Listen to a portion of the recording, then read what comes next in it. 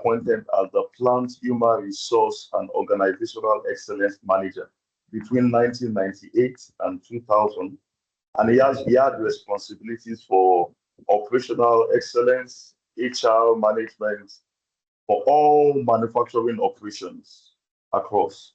And he also moved afterwards to Frigoglass Group of Industries, a subsidiary of the Frigoglass SAS Greece, as the Human Resource Director for Nigeria operations in 2005.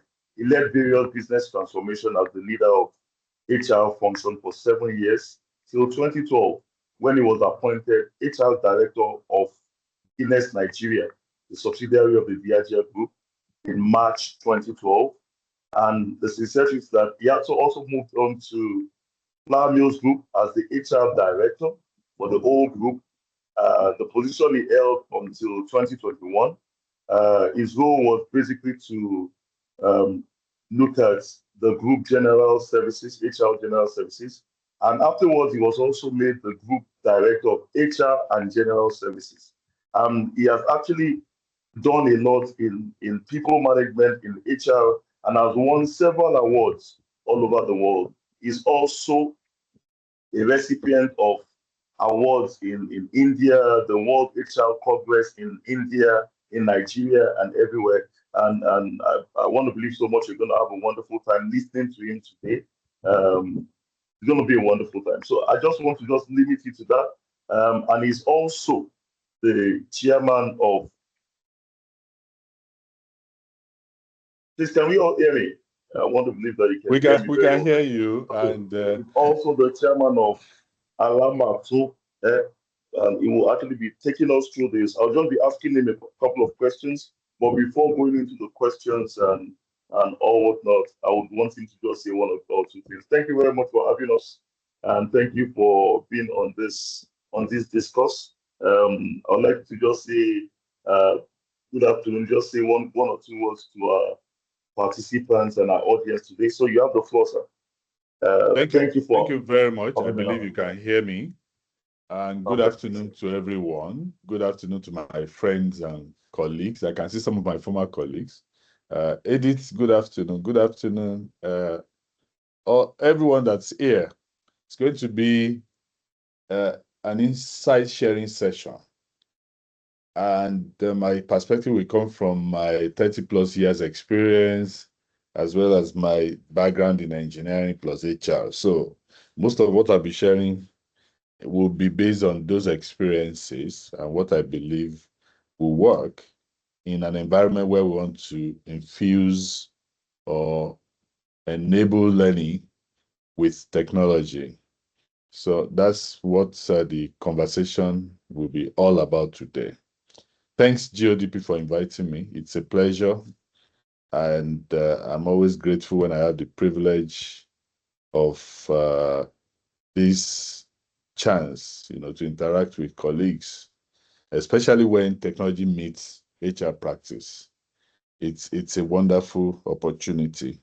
And I will be expecting questions from everyone in the room. I'm glad that it's not such a large room, where it will be difficult to go around. I think with the number of people I see on this session, we should be able to hear from everyone before we go. Thank you. Okay, thank you very much, sir. So basically, I think we are going to have a very large class. So, however, we are going to have we actually had about, so we normally expect about 100 to 200. So I want to believe we still have a whole lot of people joining in. But I think we should just go ahead with the questions. I also want to say this. Please, if you have any questions during the discourse, please, you can just drop the questions in the comment box so that basically we can all have some level of decorum. So if you have any questions or you have any comments, you can just drop it in the comment box so that we can have some level of decorum. So thank you very much for coming along. So I want to start with the first question, really. How would you describe tech-infused learning and development? Since everything is now if you want to go far, you would have to go tech. So basically, how would you describe tech-infused learning and development in your words? Well, it's better defined by highlighting the difference between traditional learning and development approach and tech-infused learning and development approach.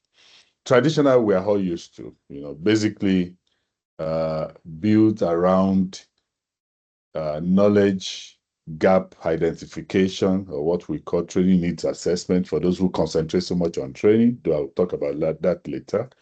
And then developing contents that will help close those gaps, and then delivery of those contents, as well as assessment of learning assimilation, and assessment of performance on the job, meaning application of learning, and then closure when there is clear evidence of mastery of the knowledge. So from identification of gap to closure after mastery, everything is done meticulously by experts, human experts, who over the years have developed the skill not only for identifying gaps, but also for mapping the right mix of knowledge sharing or skill building that will close the gap, and then mastering the art of delivery of those knowledge, nuggets, and skills to the recipients, as well as assessing how well those transferred knowledge and skills have been assimilated and understood, and then evaluating the application of those knowledge and skill to identifying the impact in terms of return on investment, impact in productivity, impact in behavior, and so on and so forth. All of those used to be done by human agents who are experts in those different areas. But tech-infused or tech-enabled approach is the one that seeks to automate some of those steps that I have described, and not only automate them, but also update and upgrade them, through techniques like machine learning to ensure that the human involvement is now more and more reduced for all those steps to just conceptualizing and designing, as well as monitoring and evaluating. So tech can take over from gap identification to mapping of relevant content, even to development of content. Some AI tools could do that now. Some tools as basic as Gemini or ChatGPT or Grok can develop contents that would help to close the identified gaps. And even delivery now to be done through AI agents, as well as tracking of completion, tracking of application, tracking of impact, can all be done with digital technology platforms, different available applications, and then evaluation to ensure that the end result, which is the impact on productivity, is achieved. So more and more you find a situation where there are less and less training officers now that are focused on developing training contents, and that may even impact consultants, knowledge consultants who are subject matter experts that most organizations will reach out to request for one training intervention or the other. So you can also see that everything I've been speaking about is training, training, training. Classroom training or one-on-one skill coaching or development processes constitute some portion of what is required to develop the competence of talents. However, On-the-job training takes the chunk of it. In most cases, ranging between 65 and 77 to 78%. So on the average, 70% of what we know, what we've developed, come from doing the job itself and being guided while doing the job. By the way, it used to be something that is practically impossible to do with technology, but now that is changing. With agents like Copilot, while you're on the job, Copilot can guide and make suggestions and direct in a particular way that helps to ensure that we do it well, which is exactly what on-the-job training or coaching is about. So as that technology gets developed further and further, the human intervention parts of things will begin to reduce, and we can be freed to do some higher skill and competency architectural jobs than the routine on-the-job coaching that we do today. Like I said, 70% of what we learn of our competency development comes from there on the job. And then you have the coaching side of things, where you have more experienced people in subject areas that will provide coaching, through the different approaches that we know. Well, not a lot has been done in that space with technology, by the way. So we still have human coaches more prominent in competency development over the coming years. But I can assure you, maybe in the next 3-5 years, we'll have AI coaches that will take over coaching so that our job as learning practitioners will now be more of orchestrating us or creating a vision of what can be done and driving it through with the various tools and technology platforms that I've tried to mention, not only in coaching area, which is responsible for 20% of our competency development, but also, as we are seeing it already, on the job training, which accounts for about 70% of knowledge development, skill development, competency development. And last but not the least, the typical, the popular, the normal classroom training contributes about 10%. And most of that is being taken over already by various technology platforms. Thank you very much, sir. Thank you. That was very exhaustive. This means that basically technology is reshaping everything. And the question for me now will be, since technology is reshaping the whole learning and development function, what's the implication for HR leaders, learning and development leaders? Will they be out of job very soon? No, they can't be. It's like saying, oh, since we now have a concrete mixer, by the way, I rushed down to take this session, from a major project site where I'm supervising. It's like saying, now that we have concrete mixers, do we need engineers? You always need engineers. All these technology platforms we're talking about, they are tools. They are tools in the hands of HR practitioners. Our job as HR practitioners is to deliver value through people.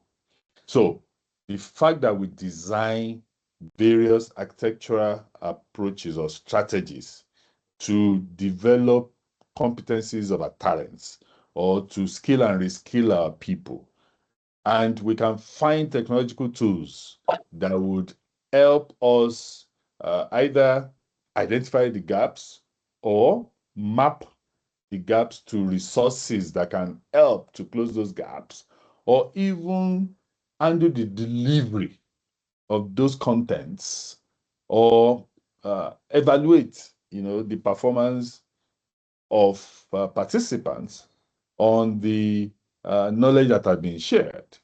CIPM, for instance, we conduct our exams now on digital platform, on technological platform. It used to be manually done. We used to assess those answer scripts manually. But now with technology, we could do it more accurately, faster, And over time, we'll even be able to personalize it for individual potential practitioners. The reason is our objective is not exam. Our objective is to ensure that the practitioner that is certified by the institute actually has the competencies to practice. And most of the time, when we do it the traditional way, when we teach everybody in one class, we generalize what we share. We tend to give everybody same uh, level of information and depth of information. Whereas with technology, you can actually vary those and deliver to each person exactly what they require to become robust and competent to practice those competencies that you are trying to skill them on. So technology is helping with accuracy, with scale, with skill, and with optimization of resources. So you can see now CIPM could run more frequent assessments for a larger number of participants, and the turnaround time to deliver the evaluation outcome had been shortened. So that's what technology does. Does that now replace the trainers and the assessors? No. The trainers and the assessors merely apply the technology platforms to administer what they designed. Because at the end of the day, they are the ones orchestrating and designing this. The same thing for HR practitioners who are learning and development experts, who are engaged in organizations. So, what did they used to do? They will do training need assessment, they will do skill gap analysis, they will do coaching need reviews, and come up with what kind of interventions we close the gap or we meet the needs that they've assessed as required. And they will reach out to experts. I know GODP2 provides some of those skills. They reach out to GODP, come and provide training on this particular skill set. They will reach out to other practitioners and consultants, and they themselves will deliver some of these contents. However, with technology, they could do more, and they could do them faster, they could do them more accurately, and they could do them with less resources expended. Does that mean they won't be needed? No, it merely means they are needed, but they will do much more than they've been doing. That's what technology does. It doesn't replace people. All this fear and apprehension about, oh, with technology, we won't need people again. Maybe instead of requiring 10 people to do it, and 10 people to cover 1,000 participants, you now need only 5 people to cover even 10,000 participants. That's what technology does. The remaining people that you don't need to do that can focus on other areas and cover more grounds as well. That's what technology does. And we can't shy away from it. It has come to stay. And we just need to leverage it and be more productive. Thank you very much. Thank you very much, sir. So does that mean since the skill sets required, since the technology is going to be doing a whole lot, the skill set required might also be changing. So how would you advise someone that has been so traditional for years and has been doing learning and development that same way, that traditional way? What new skill sets would you advise such learning and development experts to begin to try to build, to be able to be compliant with the newer ways of doing things? Thank you very much, sir. You see, these skill sets we're talking about is not just for the jobs that we do, especially for learning and development experts. I think to even navigate life now, we all need digital technology appreciation. I said appreciation because we're not looking for experts that will be masters in digital technology. So we're not looking for AI experts. but we are looking for AI users. We are looking for digital technology users. So every single one of us, even those that do not encounter yet different kinds of technology in their jobs, they will encounter technology in their day-to-day living outside there in town. I do something every time I visit or I go outside of Nigeria to the developed parts of the world. And by God's grace, I do that frequently. If you do not visit Europe in just 1 year, by the time you come back, you may be lost. In fact, life is such that you cannot navigate your ways without the use of digital technology. You need to understand the internet of a thing to move around, to transact business, to access services. Because on a weekly basis, they kept applying technology to everything that they are doing. Public transport is driven mainly by technology. Most public services are driven by technology. So to load money on your utility appliances at home is all driven by technology. There's no office where you go to and pay cash or pay with card, and then voila, your light meter is on. You have to do everything online, right from the comfort of your home.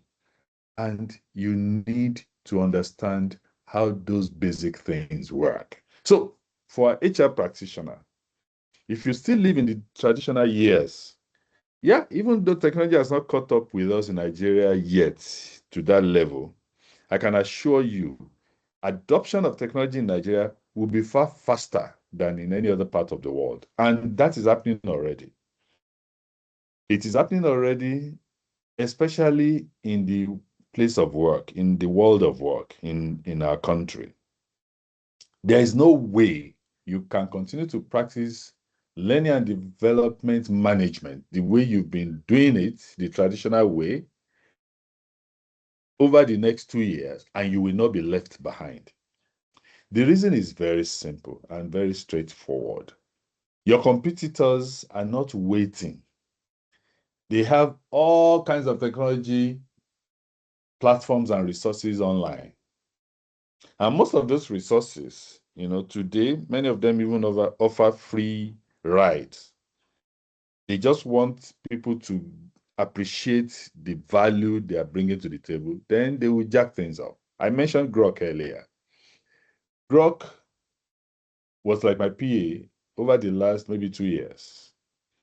But recently, Grok is coming up to say, hey, there is a professional grade that's available, and you pay 49 something naira a month, like 50,000 naira a month. If I want to employ a PA, by the way, yes, it won't be 50,000 naira, but by the time I start paying 50,000 naira for a tool, I'm getting close to what I would pay for a PA. And that is where the world is going. Your PA will become virtual. So instead of having one human being tied down here, you will have the collective knowledge of various experts in the field curated into an AI that is infused with machine learning that will give you the best of service in that field for a fee that is just a fraction of what you would have paid for the individual if you had actually employed an individual to do the job. So you need to start getting a hang of Internet of a Thing, of digital platforms out there in this virtual space that can do all kinds of things for you. Canva and alternative platforms to Canva that can host your learning management system, your Coursera of this world that can deliver learning to you, to your office, to your place of work, to your factory, without you moving an inch and without you bothering about immigration processes for some experts that will come from abroad. We experimented with that at my last place of work, where we had our leaders that were developing, and we had to work with a resource, of an author. And we engaged the author at some point, and we also engaged a global university, a university that's high ranking, the top league. And they were able to deliver content to us without our people traveling to the US. The university is based in the US. And they provided the learning content, and we got the certification for the participants without leaving Nigeria. So you will need to have digital technology awareness. You need to have the knowledge of how to use most of those tools. You need to know which tools are available, how to use them, and how they can enhance your portfolio of competency development kit for your organization, for your business, for your agency, for your ministry. That's the way to go. And it starts with just taking some basic training, on AI tools, on technology platforms that are already existing and how they could be adopted, learning management systems, various available, organizations that are into knowledge business, knowledge delivery, including educational institutions that are relevant, business schools, and so on and so forth.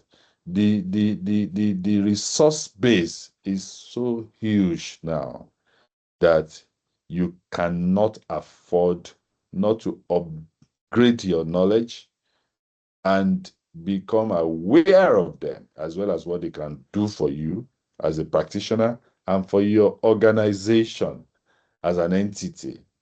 So you are able to develop your talents using those technology platforms and tools. Yes, in combination with some traditional approach that will probably never go away, but over time will be phased to become the minor, the backup, rather than the major. So there are lots of knowledge platforms that are out there on the internet that can help us develop our appreciation of digital tools, help us develop our knowledge of Internet of a Thing, help us develop our knowledge of AI and AI applications, and help us develop awareness of the various organizations that are involved in providing competency products and tools for tracking how well our people are making the journey and what gaps they still have left to cover and how we could cover them. And most of these tools are so personalized that they optimize resources. You don't have to deliver the same thing to everybody, even in the same job. By the time an assessment is conducted, you'll be able to identify specific needs of specific individuals and cater to those instead of forcing the same medication down the throat of everyone. And you only do that when you develop the basic skills of awareness, of appreciation, and of capacity to use those tools as you become aware of them. Thank you very much, sir. I think I just want to remind our audience. So please, if you have any questions as we go on, you can just drop them on the chat box so that we can actually pick them up. And also, you can just drop any questions you have, and as we go on, we'll be able to actually take some of those questions. I also want to say that this is HR lunchtime discourse, and basically we actually have this every last Friday of the month, every last Friday of the month. And today we are discussing tech infused learning and development strategies in this new age. And we actually have discussing, showing us the way Mr. Wale Adediran, the past president, two-time president of CIPM, and with about over 30 years experience in people management, HR leadership, is actually showing us the way today. I want to ask a question, sir. Another major question. This one more specific to Africa. In recent years, we have discovered that a whole lot of the experienced hands have actually moved out of Africa, resulting in a whole lot of skills gap. Do you see technology as a viable solution for bridging this gap more efficiently? And do you think it will actually help us faster? Absolutely. In actual fact, the boundaries, the physical boundaries, the geographical boundaries that had been a barrier in the past is no longer a barrier thanks to technology now. We had situations where, people left our organizations to relocate abroad, and we still had contract with them to work remotely. There is remote working that's enabled by technology. And there are lots of jobs that traditionally we've assumed could not be done unless you are physically in the office premises. But COVID taught us better that we have been embracing a myth. Yes, there is a huge opportunity and advantage in people coming to have physical interaction with their colleagues in the office, even with the premises or factories of the businesses and organizations they work for, especially those that work in manufacturing. I mean, it's not possible for you to carry the manufacturing or production line to everyone's homes. So those that will produce will have to come and produce. However, beyond all those physical limits, what technology had done is it had helped to make geographical locations around the world a common village, and a very small one for that matter. So for jobs that could be done on the computer or on handheld smart devices, there was no need for people to be physically present, where the job is needed, because the work is actually virtual, is on the internet space. So technology had really helped to drive that. The other thing that technology had done, especially for learning and development experts, is it has removed the limitation that we used to have as regards reaching to the best facilitators and resource faculties around the world. So with digital technology now, you can get any of those subject matter experts around the world from wherever they are and engage them virtually. So the Japa syndrome, yes, had led to physical relocation of many of our subject matter experts, but with technology, many of them can still be engaged wherever they go to provide, to create value, to deliver value to our ministry, agencies, departments, parastatals, or private businesses that are physically located here in Nigeria. And like I mentioned at this beginning, we actually had those real experiences of people leaving the shores of Nigeria, still working for our business, especially in our IT and even learning and development units. I had a case, of a colleague who had pressure and had to join the family out there in Europe. And we still engage the person in a contract over a period of time before we eventually had to move in a different direction because the person found a job out there that took all the time and so on and so forth. And there was no way we could match the pay there anyway, because the cost of living there is not the same as here too.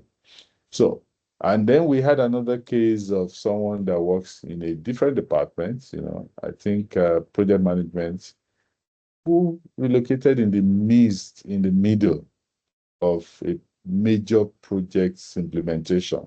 And we had a contract with the person. The person kept doing the job remotely until the project was delivered. So I think it's a myth that people have to be around physically.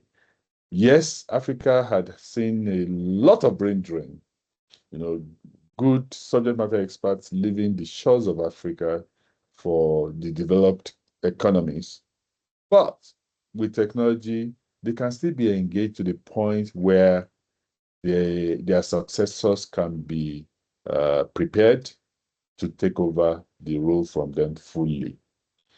It's only possible because there's technology that can make it practical to engage with them frequently from minute to minute throughout the day, for the job to be done and be delivered. So technology had really, really helped to uh, reduce the impact of jackpot syndrome on the performances of businesses and public sector agencies.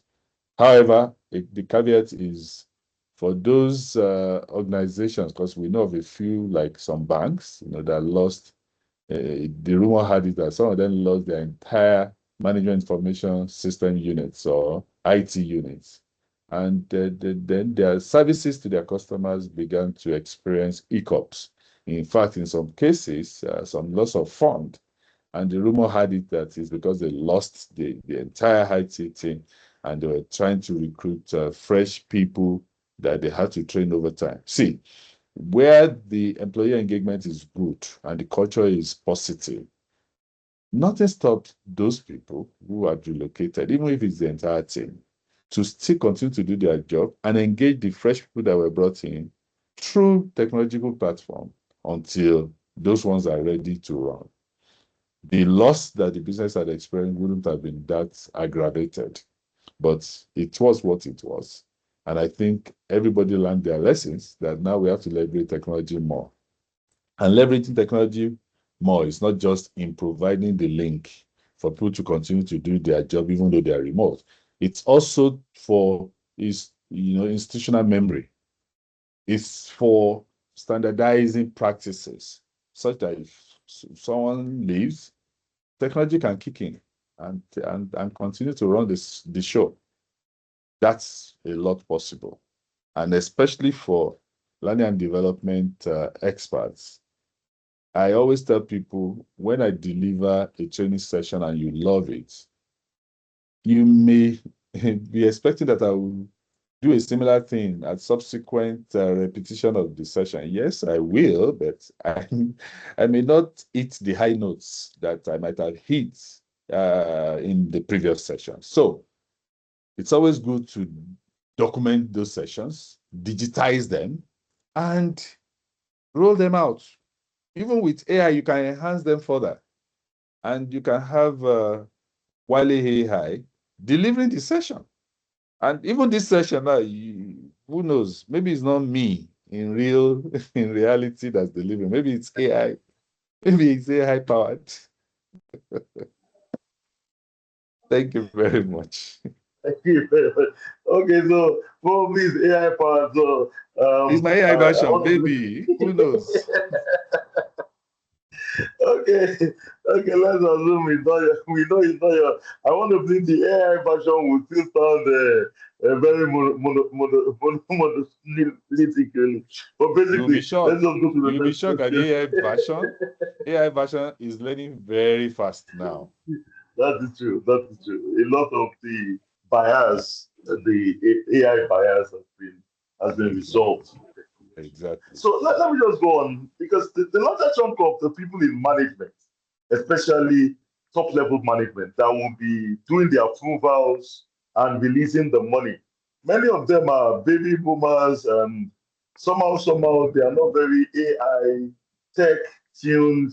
They are more laid back and more relaxed with the way they've been doing things. The question will now be, how should L&D leaders, HR leaders build the internal business case for adopting emerging learning technologies, Very particularly good. when budget is now going to be a constraint, because someone in leadership will just tell you, you mean we should pay this amount for learning and training? Mhm. And so what do you think L&D leaders would have to do now to make a business case? Very, very good point you have raised. In fact, the taste of the pudding is in the eating. What I have learned from my own personal experience is that, as you have rightly pointed out, business leaders think in naira and kobo. They think in dollars, pounds, and cents and pennies. And you can't blame them for doing that. That's their job. Their job is to think that way.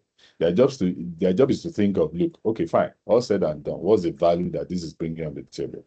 And the mistake that most of us in HR do make is we present our values in qualitative terms, not in quantitative terms. And for that reason, look, translating the qualitative to quantitative is usually left for the leaders to do, while we just expect them to do it. That doesn't work anymore. And I will tell a real story, which I know you were part of, Sean. At a time when ERP platforms were costing billions of naira for finance management reporting. I mean, you want to go to SAP, or you want to go to Navision, or you want to go to any of those technology platforms. And an organization of the size of the company I worked for, with over 18,000 people, you would need to invest billions of naira. However, businesses knew that if that money is not invested, on a daily basis, you may lose 1 billion naira and more, because you'll be flying blind. You won't know whether you are making profit or you are not making profit. And businesses hate that. The boards of businesses hate that. They don't want to fly blind. But when it comes to HR, I needed HRIS or ERP platform to manage the HR processes. I give an example. Performance management used to be done on printed templates. So for every single employee, you can imagine where you have a 10,000 full-time employees, and all of those, assume each of them completes their performance documentation on five pages. So 10,000, that's 50,000 pages of paperwork to be done. That's crazy. The space that we even take it is like half of a floor of a corporate office. You don't want that. However, when you now go to the business to say, I want to go to Oracle, or I want to go to GeoSHRM, and let me use Oracle's figure. Oracle asking for an equivalent of 400 million naira for acquisition of the technology. And maybe on an annual basis, you pay another $10 per user. So if you, out of 10,000 plus people that you have, if you even limit it to 5,000 management employees and seniors, that's 5,000 times $10 per user, or £10 per user, and then you end up with 50,000 pounds every year. The business is not willing to do that, and for a good reason, because they don't see how what you're implementing will generate 100,000 pounds a year. If they do nothing now versus if they apply the technology, how will you convince them that between what you do now and acquiring that technology to apply it, you'll be generating 100,000 pounds that you wouldn't have been generating if you had not applied the technology? It's difficult to show. For finance, it's easy to show, because it's just a matter of the leakage will be there, we won't know, and you won't be able to attack it. So, how do you then convince the business? Number one, you need to be able to quantify the business time that is lost in running your traditional process the way you are running it today. That will not amount to 50,000 pounds, of course, but at least you are beginning to show some numbers. Number two, you need to show how performance of each individual is tied to they being held accountable. So if nobody's aware of what they are doing, then it's not easy to hold them accountable. But when they know that everyone is aware of what they're doing and it's written in black and white, it's accessible online to everybody. So data is in there, it cannot be manipulated and can be accessed easily by everyone. Then they're under pressure to perform better. But how will you prove that the additional performance uplift is so much and that translates to so much money? That is where the ingenuity of relationship comes in. And I mentioned GODP because we did something with them then. So when we couldn't make a headway in getting money, we reached out to GODP to say, hey, this is the dilemma we are facing. We want a HRIS platform.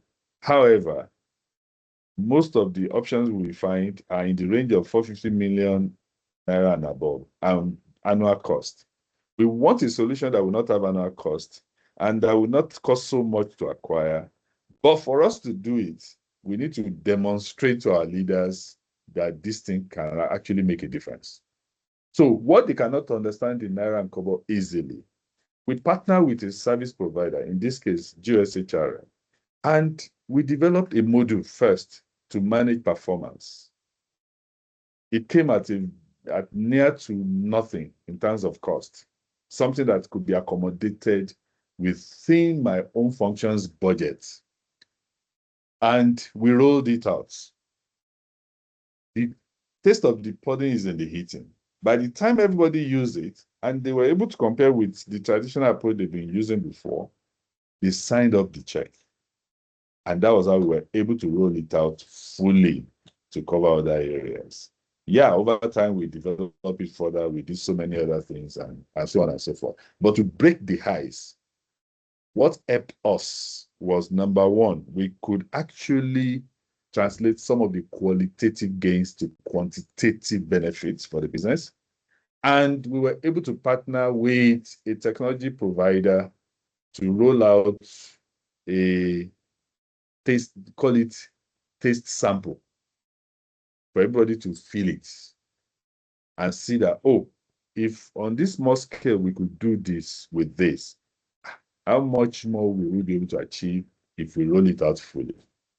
So just like products manufacturers will have what they call free samples, technology providers too, they do have a test period, a test window that you can actually partner with them and say, oh, let's adopt this for this period. And because, look, the effort in the transition, to transition to a technology platform, the effort is enormous. So it's always better to choose a unit as the guinea pig. And in most cases, this would be HR, where you have control. And roll it out on that small scale for everybody to see it and taste it without causing so much irreversible change. But it's even better when you can actually quantify and project what the game will be with the help of people in finance. They are good at projecting stuffs. And once you tell them what you're trying to do, how you think it will impact the performance of the people, it can even impact head count, because when performance is good, you don't need those additional hands that you use as bandage to cover the inefficiencies. So those additional hands can go to fill new emerging roles instead of you employing new people to fill those new emerging roles. So, and when you have a technology partner that can allow you to do trial runs, and the transition is not too disruptive because you chose a very small space, a small area. If it's performance management, that can affect everyone, and you say, oh, let's roll it out for this business unit or this particular subunit first and see how it works. And everybody sees how it works, they will embrace it, and you'll be amazed. Thank you very much, sir. That's a wonderful response. So basically, there's always a way to work around it. So the baby boomers can always give the restrictions, but you can always find a way. So I'm going to go to the next question, and it is all about a strategy now, beyond the technology that will drive the strategy. What do you think are the key components of a viable L&D strategy, so that will actually guide um, the tech that needs to be infused? What do you think are the components of a viable L&D strategy in any company? All right. So what we call strategy is actually how we go from where we are to where we desire to be. So from a situation A to a situation B, from a current situation to a desired situation. So that's a strategy. So the first thing in strategy is to know where you are, your current situation, and also to know where you desire to be, your desired situation. So that's the first thing, the first component. So if you are not the one to define where you desire to be, you need to reach out to those who are the custodians of the organization or the business to define that with you. You may go to them with options of, oh, this is where I think we should be, and you give them options. And if we don't want to be here, we can also consider being here, and so on and so forth. Or this is what I think we should be achieving. So in terms of the desired end point, you go to them with those options, you have a robust discussion with them, and you agree on where that will be. Once you have identified where you want to be, the next thing is to develop the strategy to get there. The strategy to get from the current situation to the desired situation will always have two parts to it. It's like two sides of a coin. They go together. Without those two sides, a coin is not a coin. Okay? It won't be legal tender.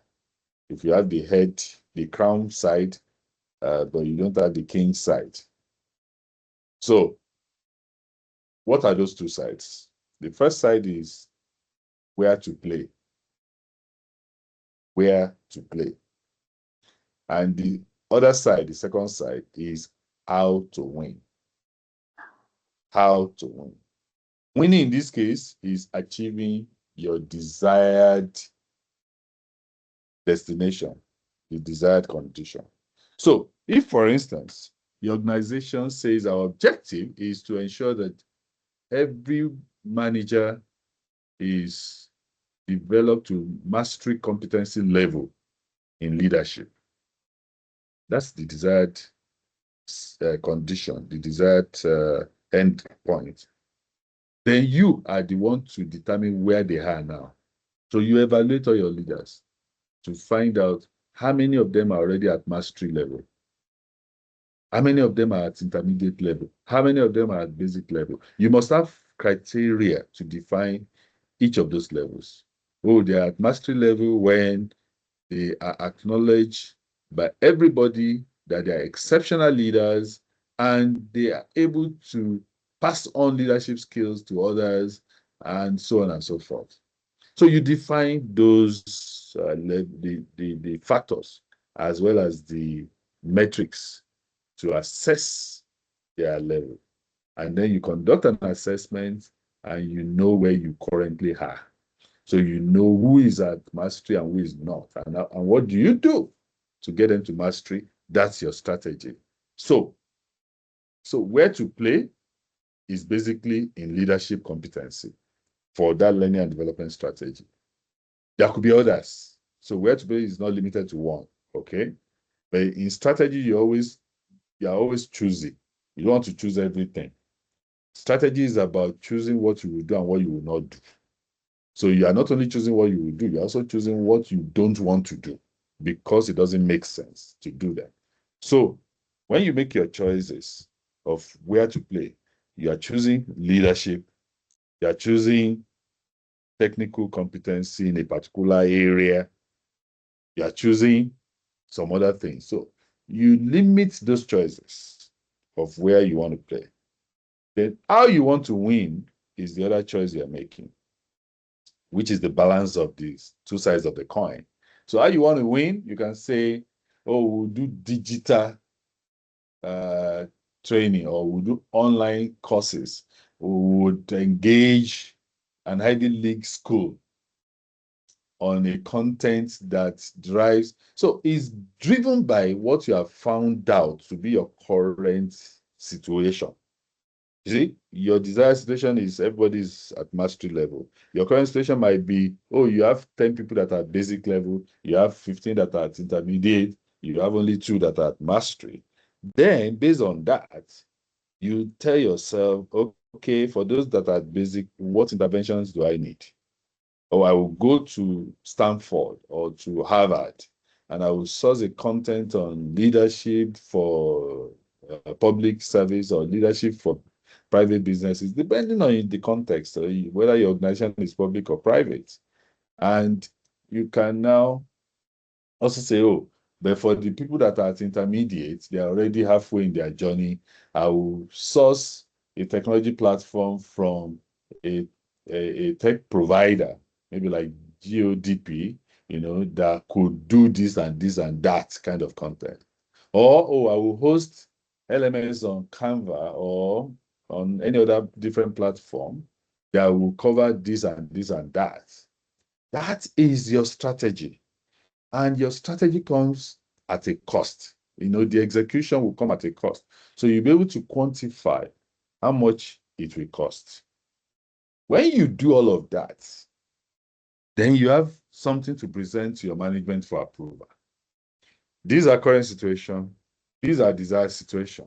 These are the various interventions we will deploy for the different levels of mastery. And this one is technology acquisition. This one is partnership with an Ivy League school to provide this kind of content. This one, so you come up with those. In fact, we had a mix in one of my experiences in my past work life, where I told you earlier, we had an author of a of an authoritative book on the subject matter. And we reach out to that author and we got the author to talk to our people. And we scheduled, reading of the various chapters in the book with groups or subgroups within the team that will go study it like literature review and come and make presentation to us on what they've learned. So they are more or less learning and transferring the knowledge. And that's their own turn. Their turn may be chapter 1. Chapter 2 is for a different subgroup within the group. And that's how we make sure that everybody had an opportunity not only to learn from the book, but to share it with everybody else. And we all went through the chapters in the book and we brought management in. So it sounds traditional, but where you can leverage technology is in curating those chapters and the knowledge that you extract from them or the insights from them. And also using technology to gauge the level of understanding that people have. And you can use it to even monitor and evaluate them, which was what one of the Ivy League schools that we reached out to did. So they came back with insights on how their tool, which is a technology tool, had evaluated each of the participants, their strong point, their weak point. They never had any physical interaction with the participants. And the participant merely interacted with the technology platform. So from there, they extracted all the knowledge. So your strategy will have to have all those companies that you're going to leverage, all those tools that you're going to leverage, all those technology that you're going to deploy. But you can only do that after you have already identified your current situation and the desired situation, the gap between the two, and how you can tackle each of those elements of gaps. Thank you. Thank you very much, sir. And this means the HR that leaders must be involved in strategy rather than just payroll and organizing training and all this. My question is now, you would want them to be involved in strategy to drive all this. How do we get this across to leadership? I'm talking about business leaders. Do they see, especially in smaller companies, do they see HR leaders as people that should be involved in strategy? And how do we help these business leaders to start seeing the HR leaders as strategic partners in growing the business? Thank you very much. In actual fact, it's not only the HR leaders that should be involved in the development of strategy. Every employee, not only in HR, in other functions too, must be involved in development of strategy. So the strategy development and deployment process involves everyone. And I'm sorry, I've heard HR leaders grumble about they didn't invite me, they had a strategy retreat session, they didn't invite me, they had a strategy meeting in the boardroom, they didn't invite me, and so on and so forth. You know what? I don't blame those business leaders that don't invite them, the HR guys. I blame the HR guys who assumed that they needed permission for them to be involved. What do I mean by that? As long as you are assigned a job to be done, you can develop your strategic plan to deliver that job, even if it looks like something that's straightforward. For instance, you are told, oh, we want to organize improving your personal leadership training for 25 of our leaders. HR, please arrange it. You can take it as a task to be done, or you take it as a strategic initiative to contribute to the profitability of the business. What's the difference between the two? If you take it as a task to be done, you know the topic. You just write to a consultant like Wale Adediran. Please, sir, can you come and help us deliver this course? The title is this. There will be 25 participants. We would like to have your timeline as to when you can do it. That's a task to be done.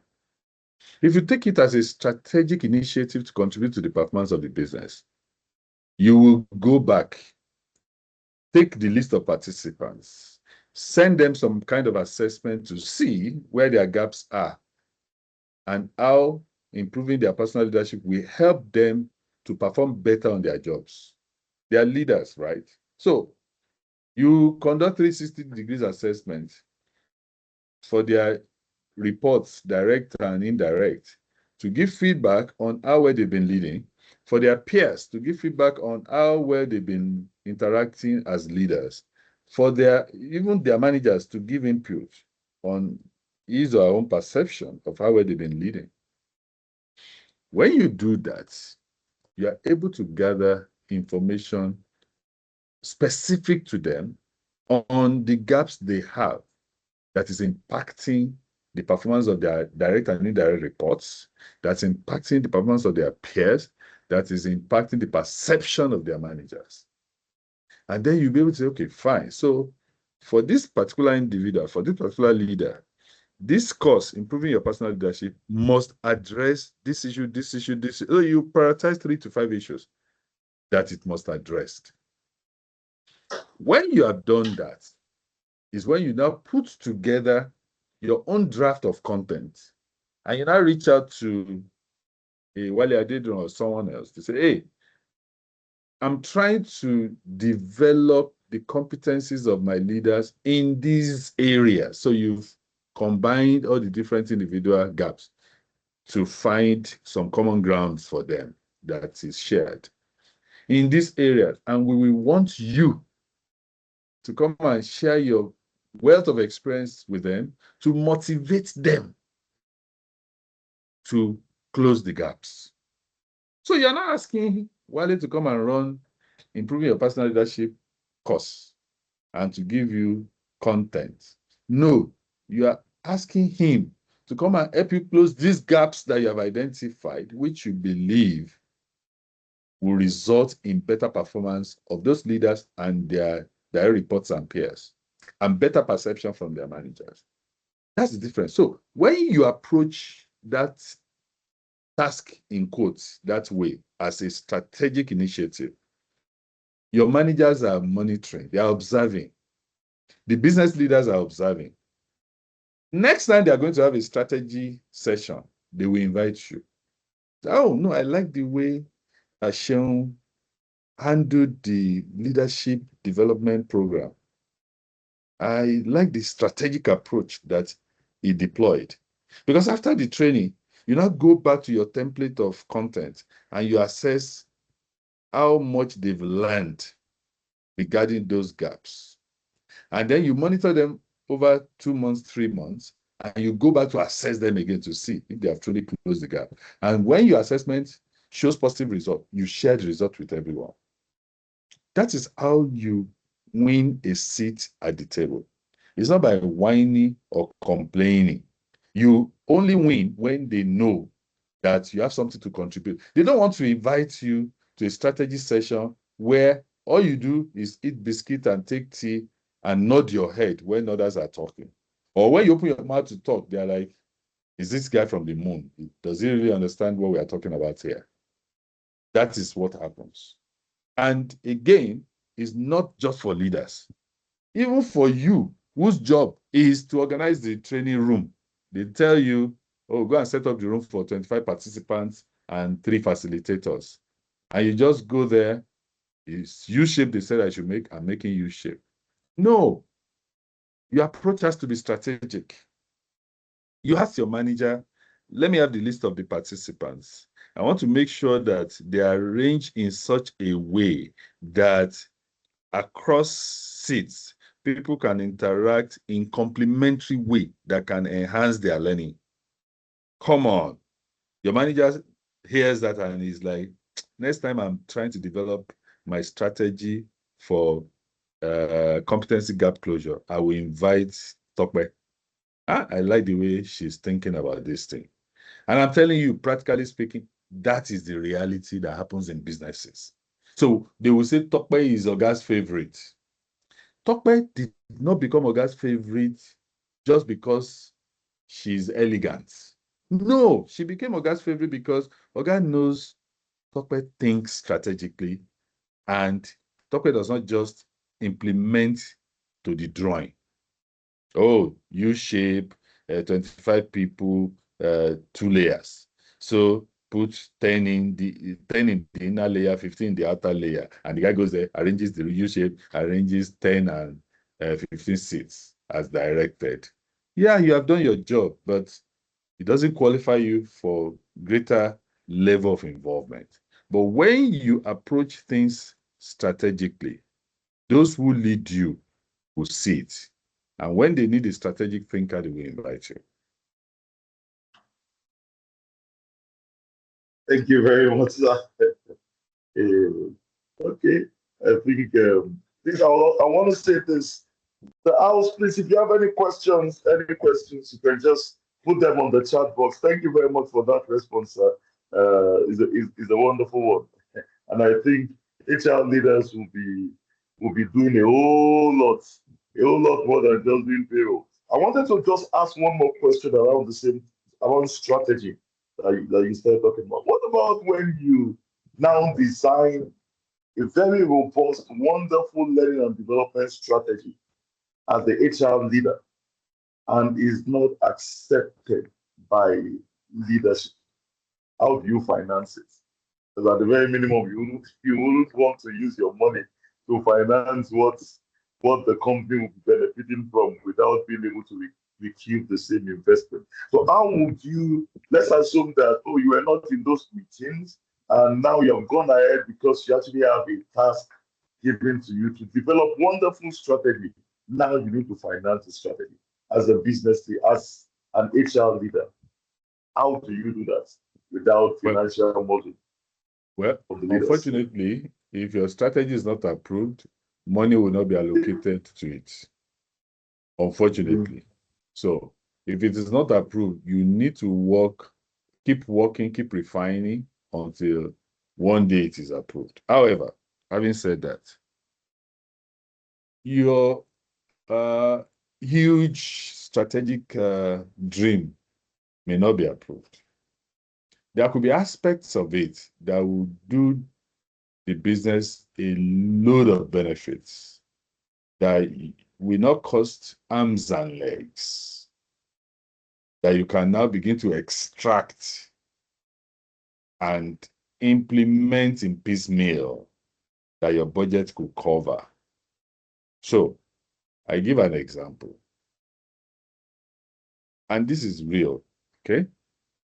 I had a dream for my employer that we can actually standardize the development curriculum for every job role that we have in the business and digitize them so that every new person that comes into a particular role, whether they are internal candidates or external candidates, when an employee or a new hire gets into a role, he or she can open the curriculum for that role and see what it will take him or her to go from that job to the highest job level in the organization.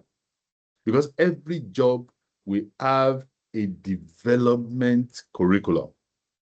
And the concept came from the university system and the military system thinking. You know, I was fortunate to start my career with Procter & Gamble, where promotion was from within. What P&G did well was you keep growing, you are developed to become one of the options for the next job level.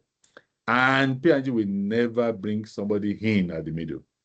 Yes, there had been some exceptions where they brought people in at the second level, not even beyond. So you at the entry level, then the second level. I think a few people brought in because of some crisis. But as a matter of principle, they don't bring people from outside. Every CEO, global, I'm talking of global CEO that had ever led P&G, they usually start as management training. Usually, except for one or two exceptions that started at second level, not the entry level. So they grow through the rank, like the military setup. So it's P&G thinking, it's military thinking. I don't think we've ever heard of a situation where the military advertises we are looking for a brigadier general, or we are looking for a colonel, or we are looking for a major general. No, they don't. So they bring people in as cadets and they train them through the ranks. That was the philosophy. That was the concept. The same thing in the university system. Yeah, universities can have, they can appoint a professor from another university or a vice chancellor from another university. But you see, their development system they are similar across different universities. And most universities will groom their lecturers from lecturer 2, that's assistant lecturer or lecturer 2, all the way to become professor. So I developed the strategy. And the strategy was basically, let's follow this military approach. Let's follow this university system. Let's follow this P&G approach. But beyond just saying we won't promote, we won't bring in from people outside, we will only promote from within. Let us build curriculum like the university system. If you go to any universities today, they have what they call calendar, where for every program, BSc history or BA history or BA classics or BSc engineering or BA engineering, whatever degree they offer, There is always a curriculum that will show you the courses you will take in 100 level, in 200 level, 300, 400, and so on and so forth. And so I said, let's take every function like a department or faculty or discipline of study. Sales. If you want to go from a sales officer or field sales officer all the way to head of sales or sales director, what should the curriculum look like for someone that is a field sales officer? What are the keys competencies that the person must have in terms of knowledge, skills, and attitude? Can we reduce those to either coaching skills to be coached or skills to be acquired on the job, or knowledge and skill to be acquired in a classroom setting? 20% coaching, 70% on the job, 10% classroom. Can we now build our curriculum for each of those elements of knowledge, skills, and attitude for a field sales officer? How many credits? The same way they get credits in university. So that when we build the courses that are relevant to those knowledge, skills, and attitudes, when we develop projects that the person must participate in that will develop those attitudes. You want someone to learn resilience, send the person to the field to go and do customer expansion projects and so on and so forth. So we develop all of those elements and curricula, and we develop it from sales officer level to sales manager level, or assistant manager to manager to senior manager to head of sales, and so on and so forth, such that anybody that joins our sales function can see what are those trainings that will help the person develop the competencies. What are the coaching relationship the person must have to develop the competencies? What the person must learn on the job, and the checklist for tracking them. So all of those to be developed, and the person can now see that if I want to become sales director, these are the set of skills and knowledge and attitudes I must have. And these are the trainings or the courses or the coaching or the project experiences I must have that will help me develop it. The same way a 100-level student of engineering in the university can see the coursework that needs to be done before he or she graduates, the 400-level courses, the 500-level courses, the 300-level courses, 200-level courses. He or she can see them in advance and begin to prepare his or her mind for them. That's what we wanted to achieve. We developed the strategy. We dedicated the resource from HR side. But unfortunately, the commercial leader kept saying, oh, I will be distracted. I have so many things happening. We didn't stop. We developed it into a book form so that everybody coming to sales, when they're having their onboarding, we give them the booklet. That, look, you want to become sales director in this organization, this is your Bible or your Quran. And we went on, and the target was to digitize it. So that when we digitize it, it could be tracked even with a simple app. The guy can take his smartphone and see where he or she is. The ranking can be shown. The completion rate can be shown for that particular individual. And whenever any part is completed, it could be ticked. That was the concept. That was the design. But you know what? It wasn't approved by this person. And I decided, okay, within the resources available to HR, we will develop the curriculum, we'll package it. One day, a non-baby boomer will come into that role and adopt it. And eventually, what happened was, one guy came into role who had Guinness background and said, please, I would like to see that thing. I would like to see part of it that I can use for my people. And he did. So sometimes you develop those fantastic strategies, but because the focus of your partners in the business may be more short-term than long-term, they may not see it with you. You don't give up on your dream. document it in a way that somebody sometime, maybe after you are even gone and retired, can revisit it and make use of it. That's my advice for you. Thank you.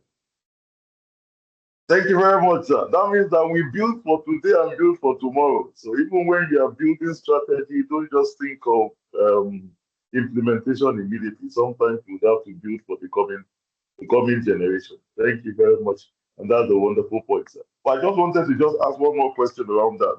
In that, what's the biggest strategic mistake that organizations could make in implementing tech-driven learning and development programs? What do you think are the mistakes really that you have seen, and how do you think we can avoid it? How do you think professional HR people and L&D leaders can avoid these mistakes that you have seen? Short-term thinking. When we think of immediate result instead of thinking of sustainable future. And that's why you see some organizations don't find it difficult to attract talents, and others do find it enormously difficult. Some organizations have big names in talent space simply because people know that they will add value to their personal development. And the traditional way is no longer fashionable, it's no longer cost efficient. In actual fact, it's cheaper to go technology infused, technology driven. Yes, the initial cost, just like solar system, might be steep. But when you look at the net cost per year over a long period of time, it's far cheaper. It gives you what I call OSAS, is optimal in terms of cost and time that it consumes compared to that traditional approach. It gives you speed, and it gives you accuracy, and it gives you scale. So you can reach more people faster and more accurately. So I used to go around different businesses that we had all over Nigeria in my last place of work to deploy new knowledge, new skills. And I'll go from town to town, factory to factory, and all that. With AI now, most of those journeys will be unnecessary. All those flight ticket cost and hotel accommodation or on-site accommodation expenses will be unnecessary, because with digital platforms, with technology, you can deploy faster, better, more accurately, and allow people to learn at their own pace. Instead of lump everything in the same room, some are faster thinkers than others, and the slower thinkers will be dragging everybody back with questions. But with digital technology, every man can go, every woman can go at his or her own pace, and you don't drag anybody back and waste anybody's time. In a class of 25 people, if a slow thinker drags everybody back for just 10 minutes, that's 250 minutes cumulative wasted. That's more than 4 hours, just like that. So you save money, you save time, and the mistake people make is they have the wrong perception that technology is too expensive. Just like those that think that education is too expensive or training is too expensive, or what if we train them and they go away?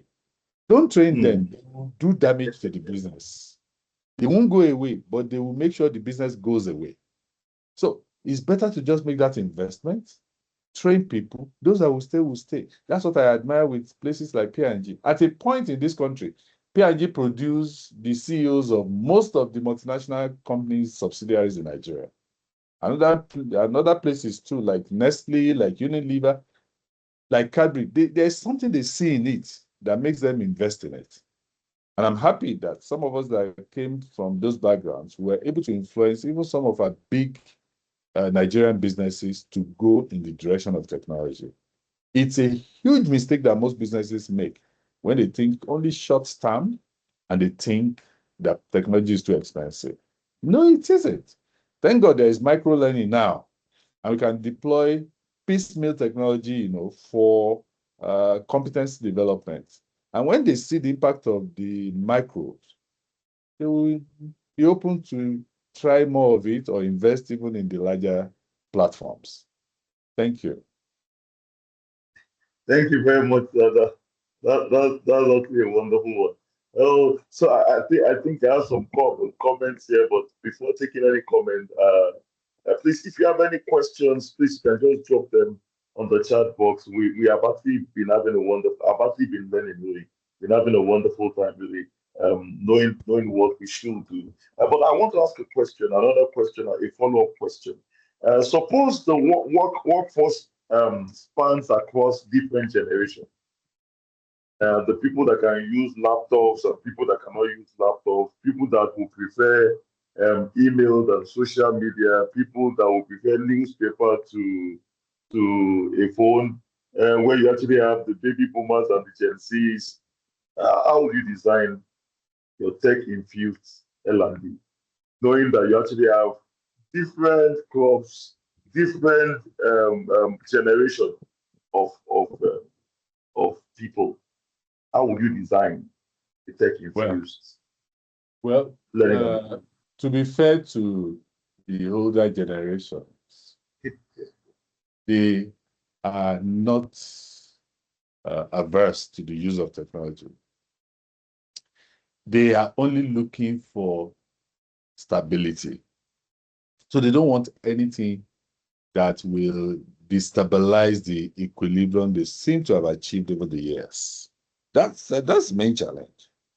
So when you want to deploy any technology, don't go with the big bang.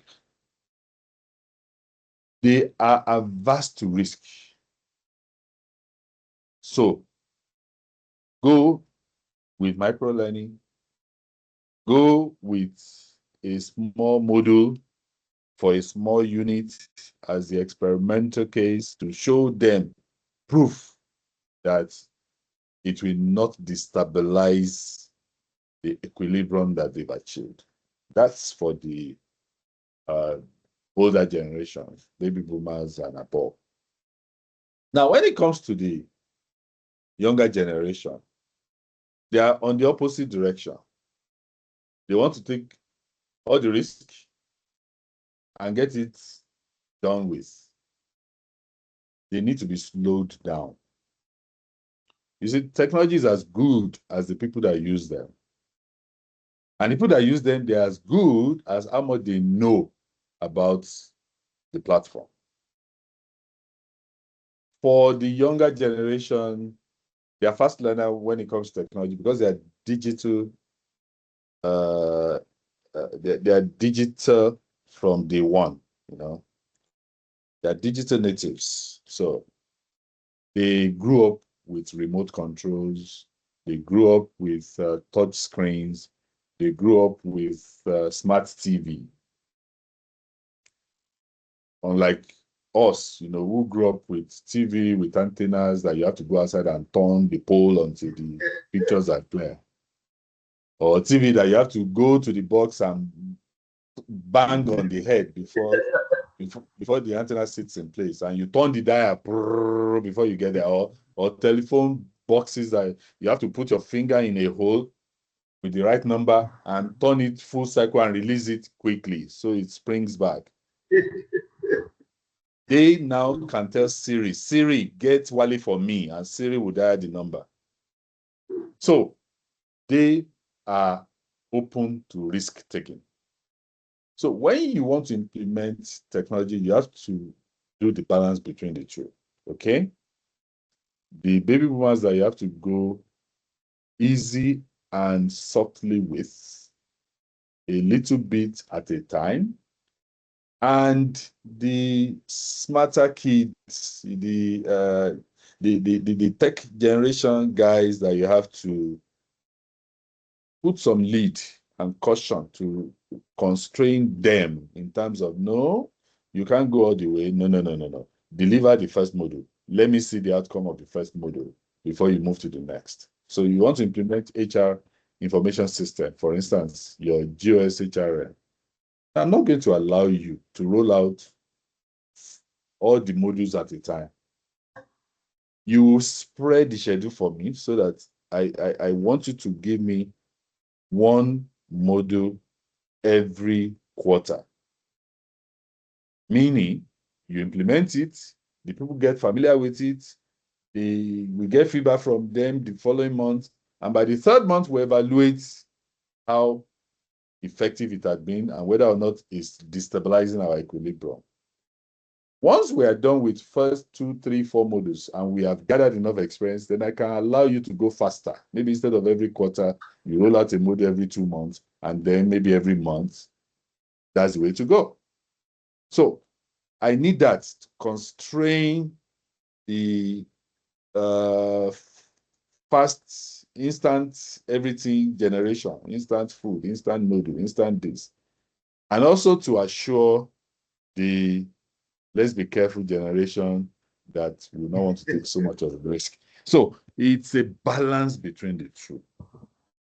And when you do that, you will have a successful launch. 70% of digital projects usually don't meet their objectives. They fail. And the main reason they fail is the people involved. So you want to manage it carefully so that the baby boomers and the older generations don't slow you down to the point of, snuffing off the light, the fire.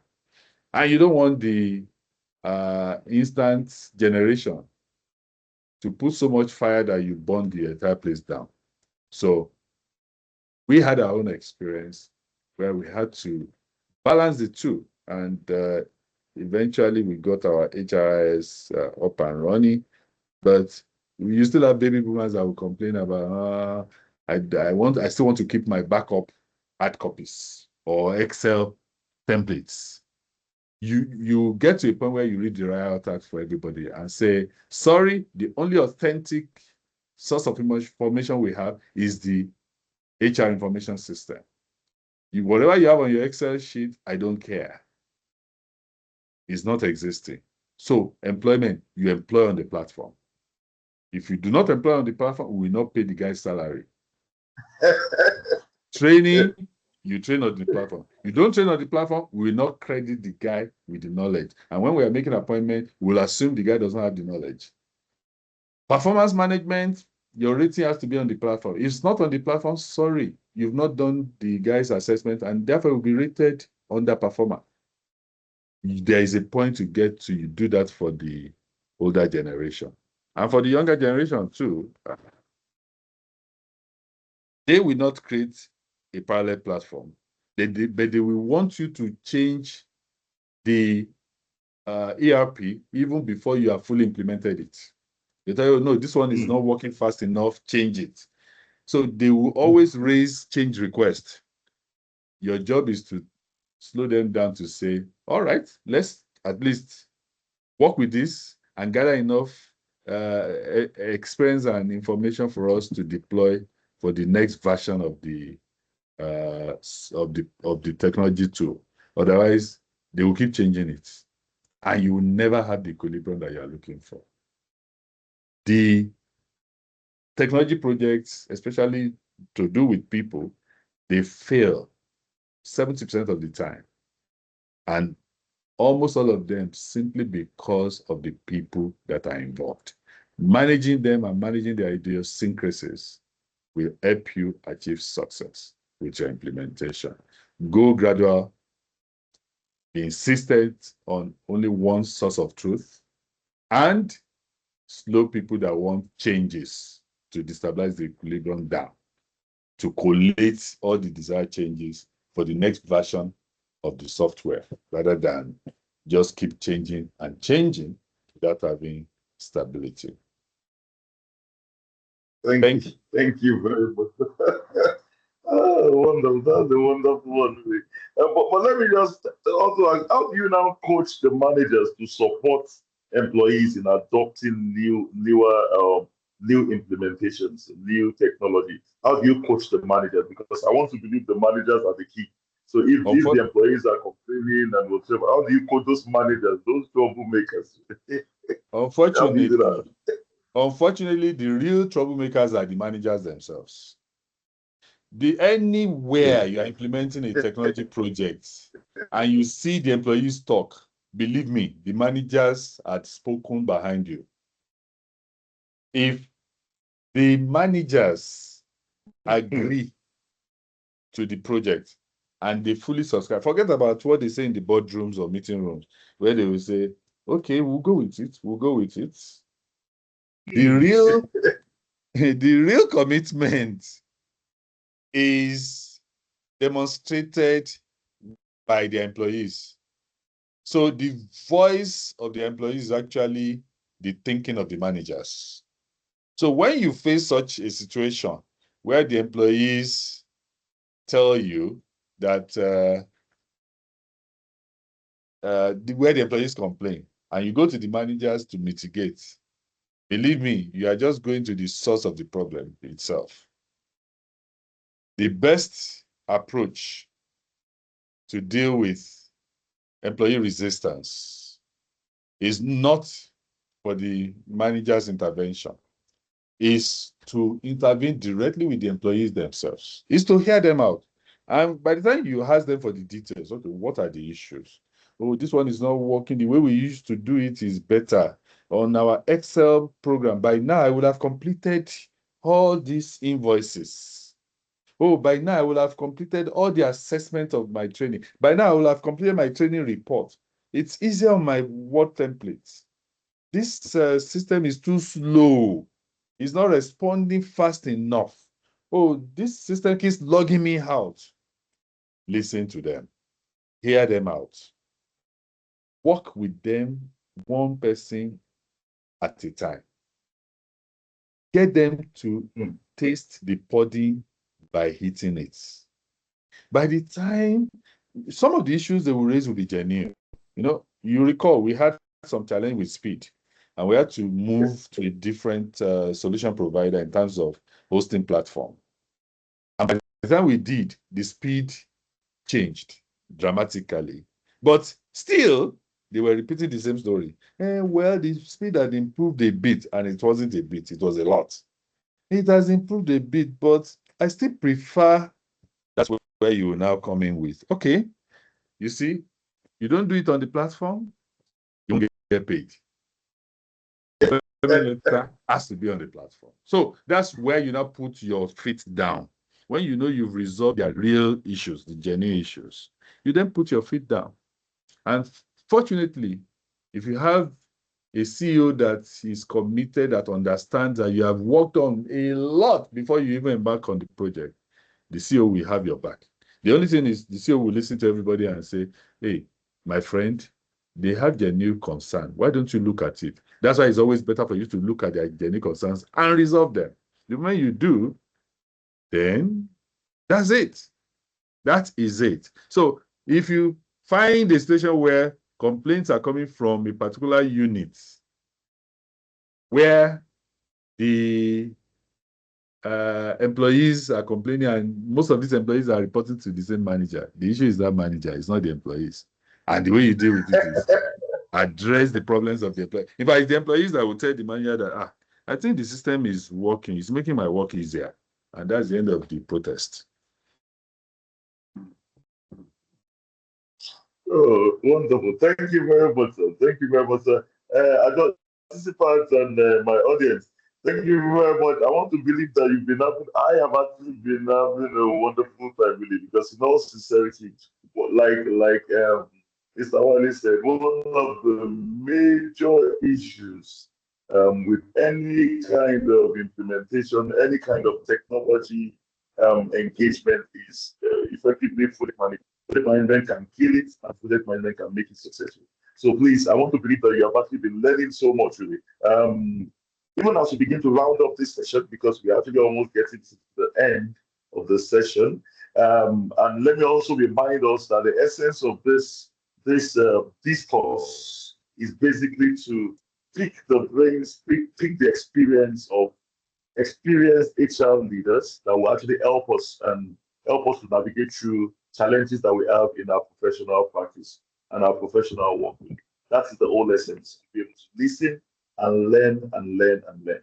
Like I said earlier on, please, I'll be taking the questions and answers from us shortly. So please, if you have any questions as HR professionals, anything bothering your mind, whatever you would like Mr. Wale to actually just give some level of guidance on, this you can type it in the chat box before in the comment box, right?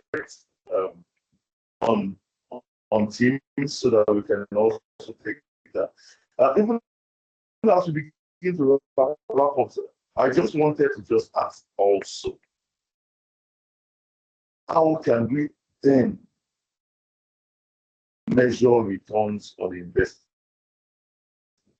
It's not when it easy. comes to technology It's learning? it's How not. can we measure It's not. the It's not. It's not. impact? So we have spoken so much about Yeah. what we need to do to get it running and how to actually install. Well, Okay. so can you hear me? Can you hear me? You can hear me? Can you? Hello? Anybody that can hear me from there? Ah, okay. Yes, I can hear you. we can hear you, sir. Okay, I guess it's only Shane that. Yeah, it's only Shane that. Excellent. Shane, I think Shane is off. All right. So let me take his question. Measurement of return on investment in training, either for digital technology or for even the traditional training approach. Let me tell you this. One of the main reasons why we don't get support from management and boards is because it is difficult to measure our return on people development investments. And most of our colleagues too are too lazy to think up of a way to measure them. It's not as easy as counting the number of cartons of products sold. That's for salespeople. Very easy for them to measure. It's not as easy as finance claiming that they saved the company so much losses in scrap or theft or leakages that would have gone if they didn't write their reports. It's not as easy as that. But it is possible, even though it's not easy. How? The approach is always to compare a do-nothing scenario with our investment scenario. What do I mean by that? So, if you do not have a digital platform to manage learning and development in the last 5 years, you can see easily the performance level of our people. How? At the end of each year, you can see the performance rating of every single person in the organization at the end of each year. So you can actually tabulate it. I don't know the number of performance rating levels you may have. Let's assume you have 4 or 5. The highest from the lowest. So the lowest, the next level, the middle level, the high level, and the highest level. So you can easily see what percentage of your population belong to each of those 5 categories. And the following year, you can also see what the percentage distribution is. And then the following year, and the year after, and the year after. And you can easily show, for instance, a chart of percentage of people that are rated highest or exceptional. Let's assume exceptional is your highest rating. So you can do a chart of 5 years. Year 1, year 2, year 3, year 4. Let's assume your year 1 is 2021. 2021, 22, 23, 24, 25. You show, each of those years, percentage of people that are rated exceptional may be 12%, 13%, 12%, 14%, 11%, okay?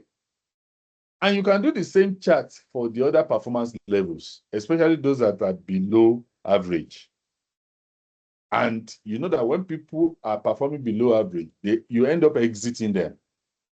So you can show the trend in the last 5 years of people performing below average, as well as people performing at exceptional level. And out of those who perform below average, you can show how many of them were exited as a result of poor performance.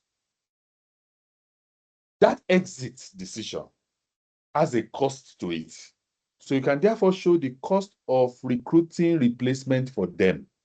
So if it costs you an average of 1 million naira to recruit for one position, and you recruited in that year, maybe 10 people or 50 people, you know how much that will be. And you can therefore show the cost of recruitment that's due to poor performance. Now you implement your technological platform, and all of a sudden, the percentage of people that perform below average crashed versus the trend you had in those previous years. And the number of people you are exiting as a result of poor performance also dropped. So the cost of replacement due to poor performance also dropped. So the difference between what you will normally spend on the average year on year, or what you have normally spent on the average year on year in the past 5 years, compared to the next 2 years of your ERP platform, you will see a huge difference. And based on that, you can say, yes, this platform had actually helped us to hold people accountable for their performance, to enforce discipline on our line managers, to do what they ought to do to support our people so that our people can perform better. And we can see the result in less exit from the organization. Now, let's go to the other dimension, which is the exceptional performance. You've been recording 12%, 11%, 13%, 12%, 14% over the past 5 years. But these years that follow the implementation of your ERP platform, suddenly from your 12%, you've jumped up to 16, 17, 18%. What that means is that you have an additional 3% of people that have moved up performance from good level to exceptional level. And you can demonstrate that in terms of contribution to the business as well. So you can take, specific people, because these are not so many people, the impact they made during the year. So somebody created a solution that saved the company X million naira in the year. That X million naira should go to your exceptional performance impact. So you take all those that have been rated exceptional, you search through their performance management system documentation, and you see the contribution they claim they made during the year. And you can even look at their past performances and see if they made similar contribution, where the contribution they make in the year that you have the platform outstrips the contributions they made in the previous years. The difference is due to the impact of your platform. That's how you can quantify all of those. It's more difficult, like I said, but it is possible. And so you can put all those numbers together and show. And even for management that has good understanding of performance and the way it works, it is even more than sufficient for you to say our exceptional performance moved up from a ratio of 12% to 16%. So we have additional 4% of our people whose performance had upgraded to exceptional grade. And their impact on the business is showing in cost savings, in increased revenue, in increased profitability. That's how you demonstrate it. I hope that makes some sense to you. Yes, thank you very much. Please, can you all hear me now? Can you hear me? Yes, we can hear you. Oh, thank you so much. I could actually hear the other time, but I think people could not hear me. Thank you very much for the response. And this brings me to this. I just while listening to what you were saying earlier on, I discovered this.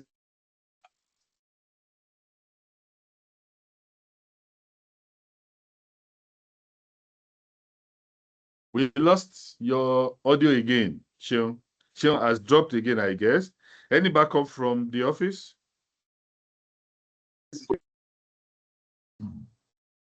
Okay, please, can you hear me? Can you still hear me now?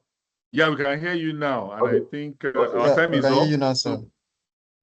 So I think this is where HR analytics comes up, where you actually have like dashboards to give you very quick decision making tips on what is going on, and this is where we actually need when it comes to trying to know the return on investment. This is where we need a lot of analytics that will actually help us with decision making.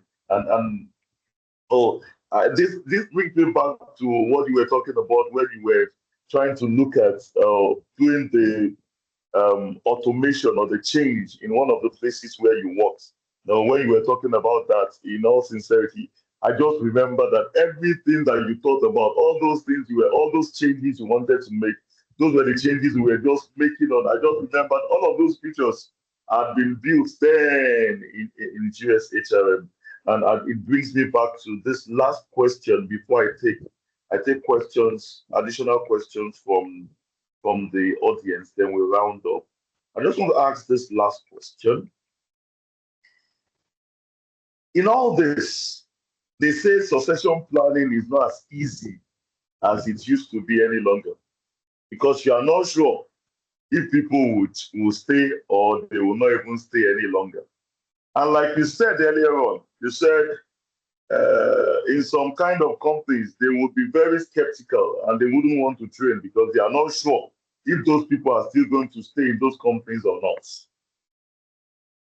Succession planning is a major issue now. How can technology now enhance leadership development and succession planning programs? Now, I'm taking it away from just building skills to do work.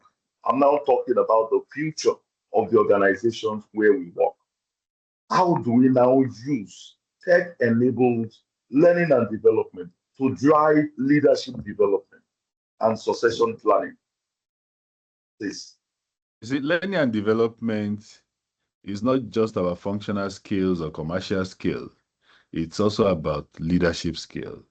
When you have a robust technology tool that helps you with learning and development value chain from needs analysis to content creation, to content deployment, to content tracking, measurement and evaluation, and the analytics that go with it.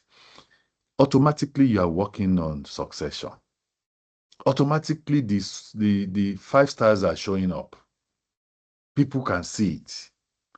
Automatically, the gap in knowledge are showing up as well. So, with the analytics that you get from the digital tool that you have, it will be clear who is in tier 1, tier 2 of succession to the different roles.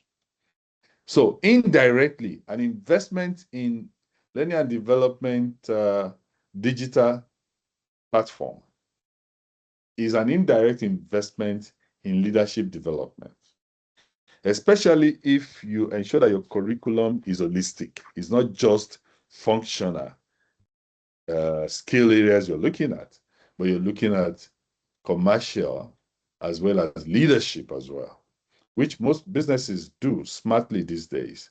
And talking about, keeping people around, people are retained these days because they feel they are doing a meaningful job and they are rewarded fairly okay.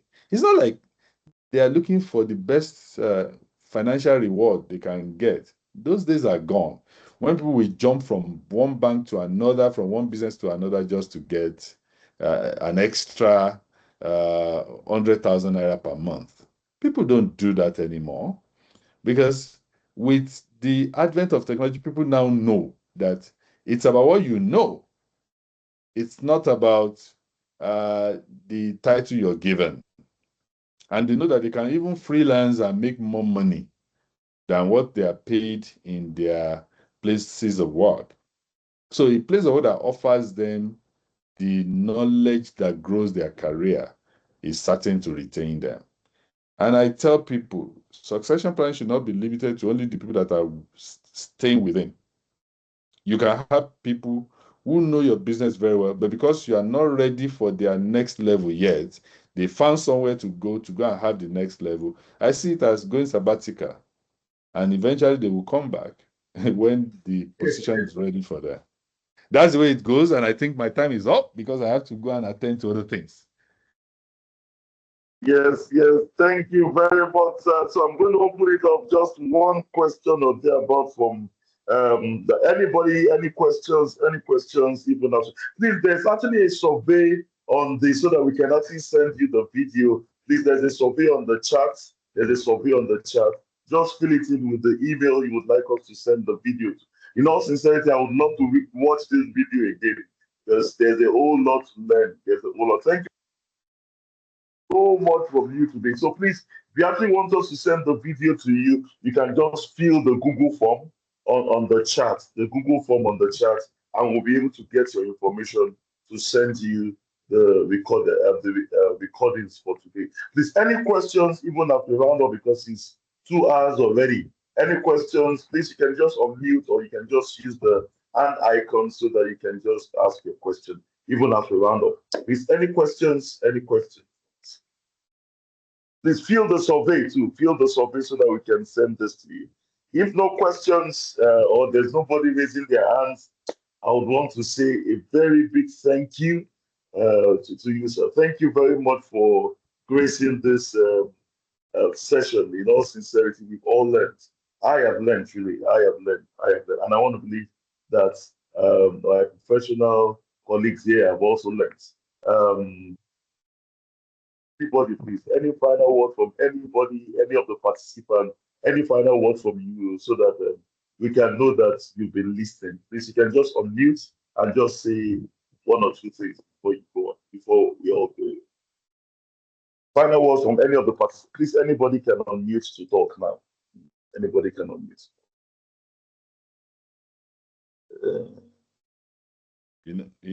You know that lunch time is over, so I'm sure most Yes, people are multitasking. I know some people are trying to work. Okay, thank you very much. Thank you very much, everybody. Have a lovely. Thank you, So we'll everyone. send the Thank recording. you. Thank you. Thank you. Bye, everyone. Bye, everyone. Bye-bye. Thank you. Thank you. Bye-bye. Bye, everyone.